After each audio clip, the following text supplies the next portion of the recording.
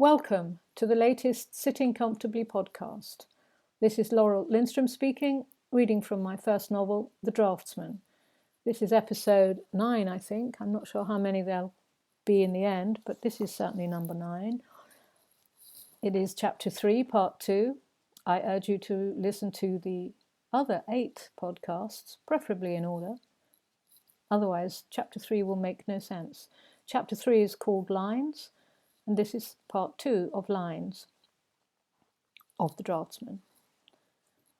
His mother had died first, her disease moving with astonishing speed and killing her within weeks of being diagnosed. She had been coughing for years, but no one paid much attention to it.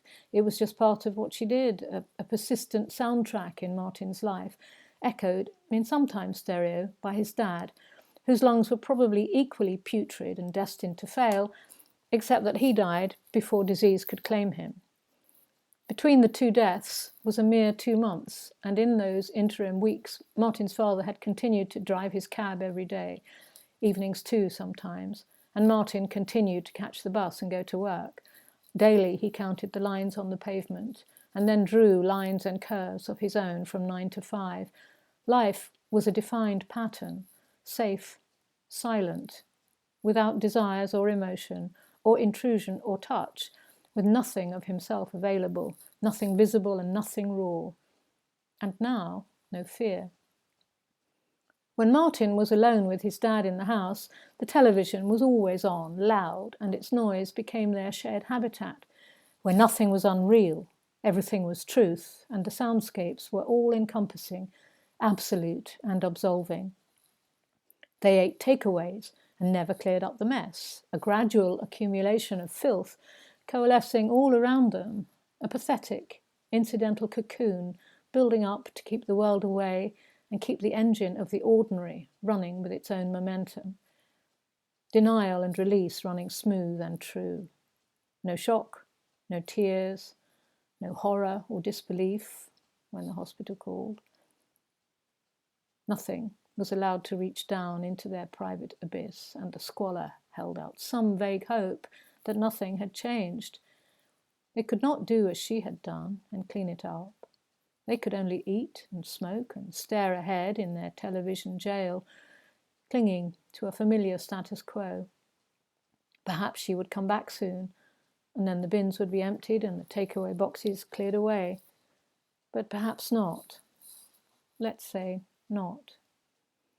His parents never knew about Martin's money or how he had got it. He never said, never shared or confided. All they ever knew of Martin was that in all those years since he started work, their peculiar son had stayed living at home, reliably giving them most of his pay to cover room and board.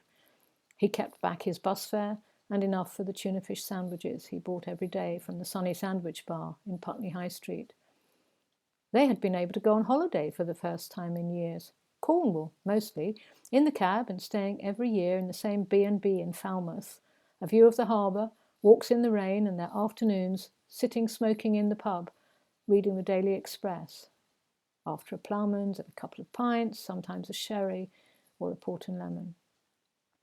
Martin's parents had been relieved that he had never gone with them on holiday, although his mother sometimes wished he would, even though she knew it would have been unwise.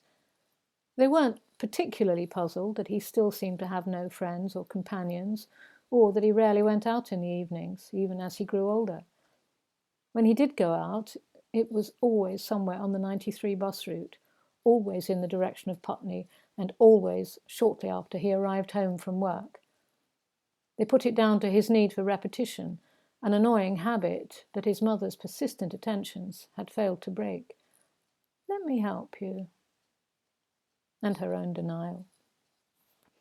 His father, slightly less irritated by his son's curious obsessions and routines, often worked nights to always be sure to be in the vicinity of the wine bar he knew Martin occasionally went to late in the evening. When he did go, it was likely that he staggered out of it in the arms of a stranger, shouting random abuse, frustrated, angry, tears in his wide, wild eyes. Another thing his father didn't get, but he understood Martin's sudden sorrow when he saw his father waiting for him, the disappointment, the trap. Once it was a champagne bar near St Pancras Station, where Martin had been picked up by the police and his father had had to collect him. How Martin had ended up at St Pancras Station his father never found out. The police had been understanding. Martin had been sick in the back of the cab and cried the whole way home. After his father died, Martin stayed in the family house, doubly bereaved, doubly blessed, in loneliness and filth, daily going out to work, nightly eating takeaways and watching television flickers, as if his dad was still there and would be home later. He washed in the kitchen and ironed his grubby shirts only on the front and around the cuffs, and never took off his jacket at work. Evenings in front of the television, takeaways and Marlboros to hand. Day by day, week by week, and no visits to Wimbledon or St Pancras. No point. They were unnecessary journeys. Instead, he lay in his bed, looking at the ceiling and remembering the touch of a hand. So he touched and touched, the soft stroke and warmth rising, and the closed eyes and moan, and the memory of a stranger's fingers. He could picture the darkness and the rain splattering black in the trees and the sound of traffic slicing through the night. He could picture a head thrown back, a grimace, anxious gasps before his own sudden sharp light as breath and spirit fell from their twisted fetters, wet into his open hand. Alison came to call on a rain-slicked Saturday when clouds, shadowed and edged in glinting chromium, were pushing across the sky. He was still in bed, counting the silverfish as they crossed the windowsill and the flies rising towards the middle of the ceiling, turning endless lazy angles side to side, back and forth, up and down. It was Martin's birthday, and Alison wanted to take him out to lunch. It had been only a fortnight since their father's funeral, the last time Alison had seen her brother. When he opened the door, naked but for a veil of porous cigarette smoke, he saw her horror and understood that things had changed. With Alison taking charge of his life, it would be the end of living at 151 Glenkiln Drive. His only option had been to insist that Joshua Fothergill be consulted. Let Joshua find me somewhere else, he had said, when Alison said they would be putting the house on the market. Otherwise, Martin, you will never move on. Move on? Moving on wasn't an option.